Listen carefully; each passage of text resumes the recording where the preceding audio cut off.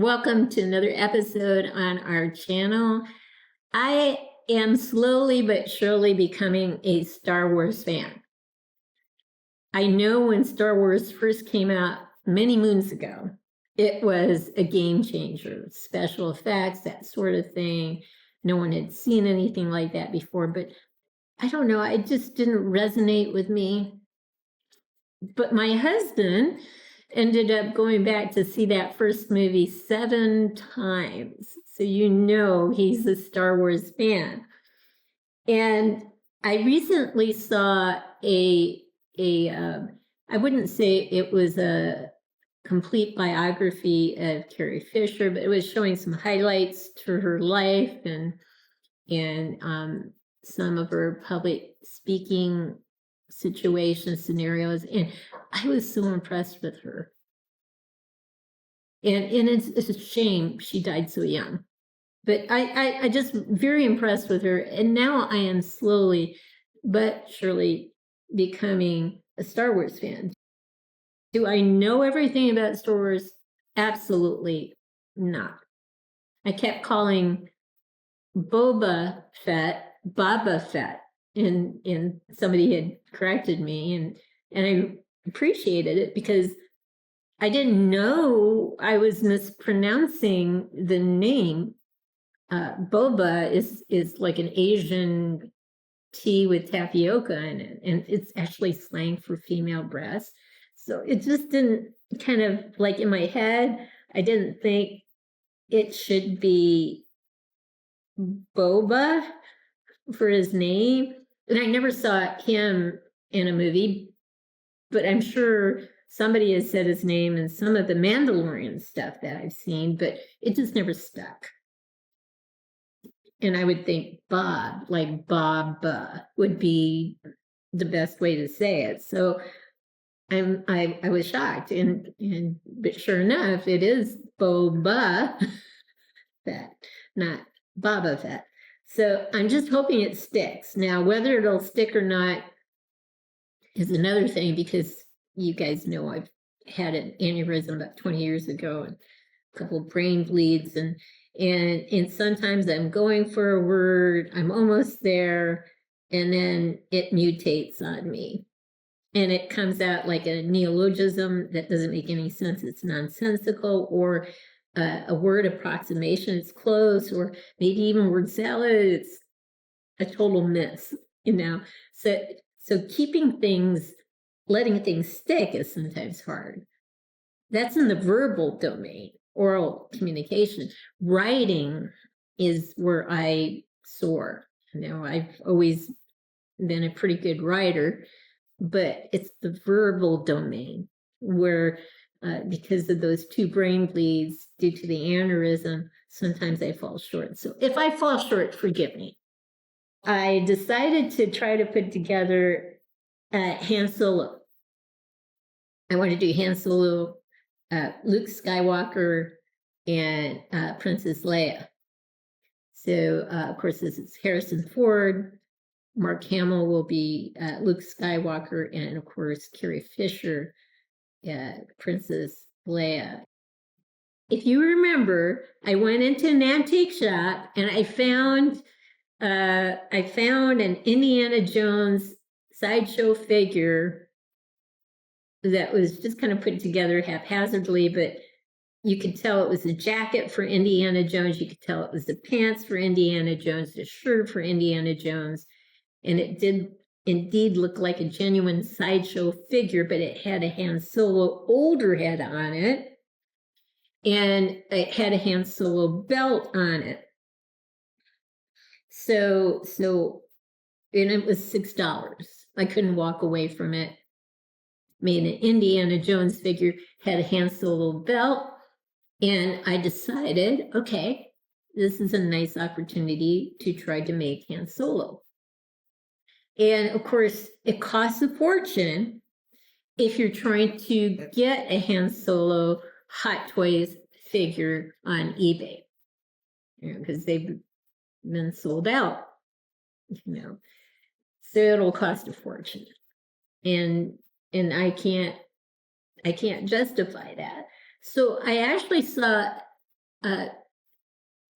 They call themselves GeeWhiz Customs. I saw this site on the internet, and of course they didn't list any of their prices, but they had an outfit like this on there.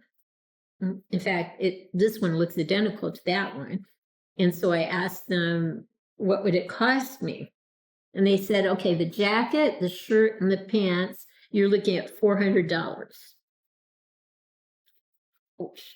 The boots, $150, and shipping, FedEx is $125. So if I wanted the jacket, the shirt, the pants, oh, the belt also came with it. Pretty sure the belt did. And the boots, it would be $675 to get that. And you might as well get the Hot Toys figure if you're going to pay that amount for it. All right. Then I saw something from Thailand, and it looked pretty good. And they were asking, I think it was $74, $75 with shipping and handling, taxes and stuff. It was $86. And it had the jacket, the shirt, the belt, the pants. And it looked like what the other company was offering, GeeWhiz Customs. It looked almost identical. Look them up. See the picture of this, figure. I mean, the suit looks identical, but it is a fraction of the cost that GeeWhiz Customs are asking for. So I went with this, took a chance. It looked good. They had it on a figure. I love it when eBay sellers put clothes on a figure. If you don't see it on the figure, you don't know if the pants ride too far up, shirt sleeves don't go all the way down to the wrist. You don't know anything. So it's always nice when they put it on a figure. And they did show it on a figure, and it did look good. So I took a chance. I got it, and I got it recently in the mail.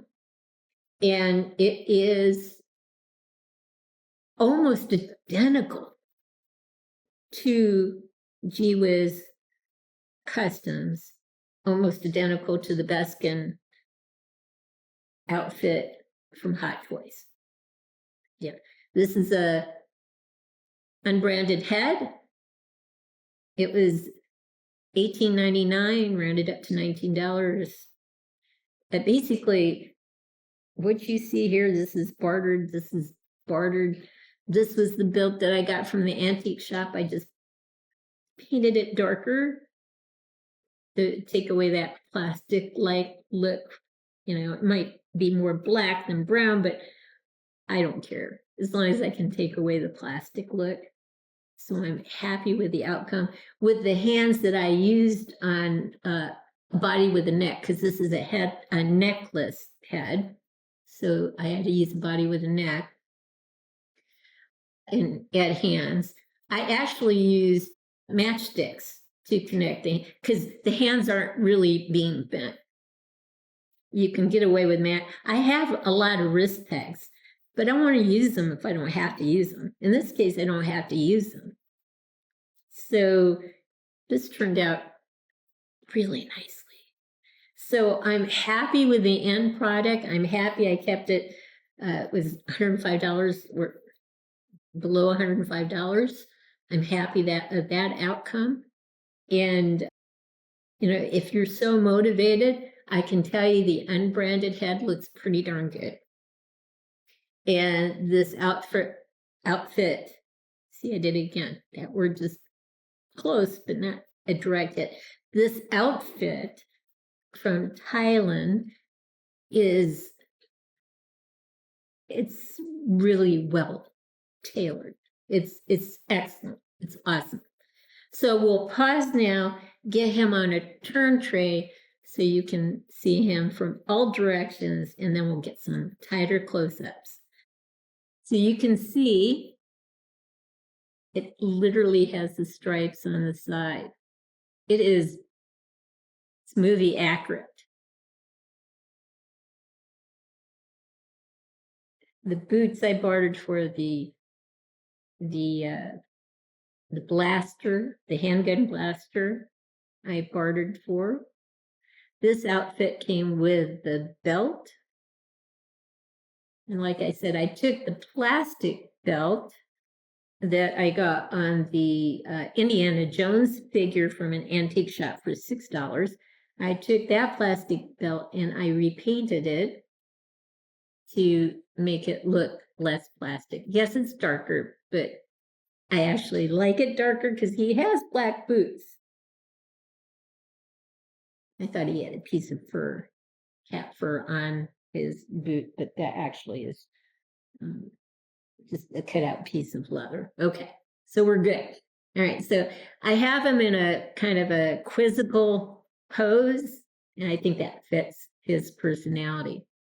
So we'll pause and get some tighter close-ups from here on up. We'll be right back.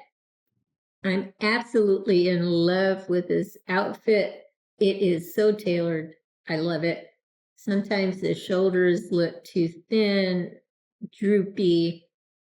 This is done well. Sometimes if the shoulders or the jacket or whatever, the shirt looks like it's not really making the figure look human, because it's too droopy, I will slip some cotton underneath the clothing to kind of raise this up a bit. I don't have to do that with this figure, with this clothing. The head is unbranded. It's pretty good, but it's not the best head, but it's pretty darn good. I'm happy with it. Now, if down the road I want to change it out for a Hot Toys head and I find something that is well priced, economical, and good, I probably will upgrade it. But until then, I'm happy with this figure as is. So we'll go around. With the Hansel belt, it was plastic. I made it a little darker, used some flat paint. So the plastic, it doesn't look plastic. I weathered the buckle.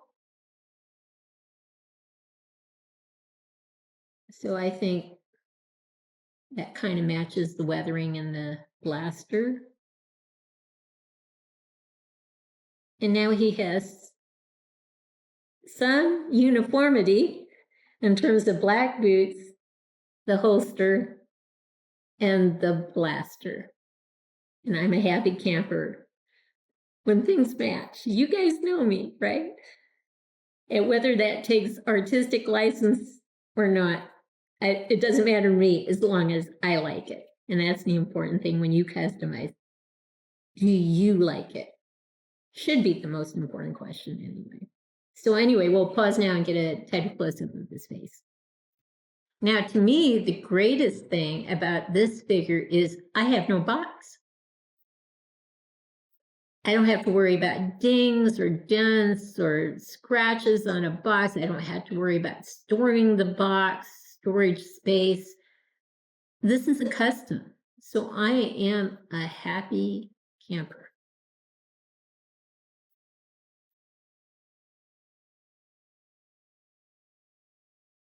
So again, unbranded, but to me, I actually like it. Here's one last look at our figure Han Solo, portrayed by Harrison Ford. I hope you've liked what you've seen. If you have, consider giving us a thumbs up and subscribing to our channel. In the meantime, everyone, please have a great day.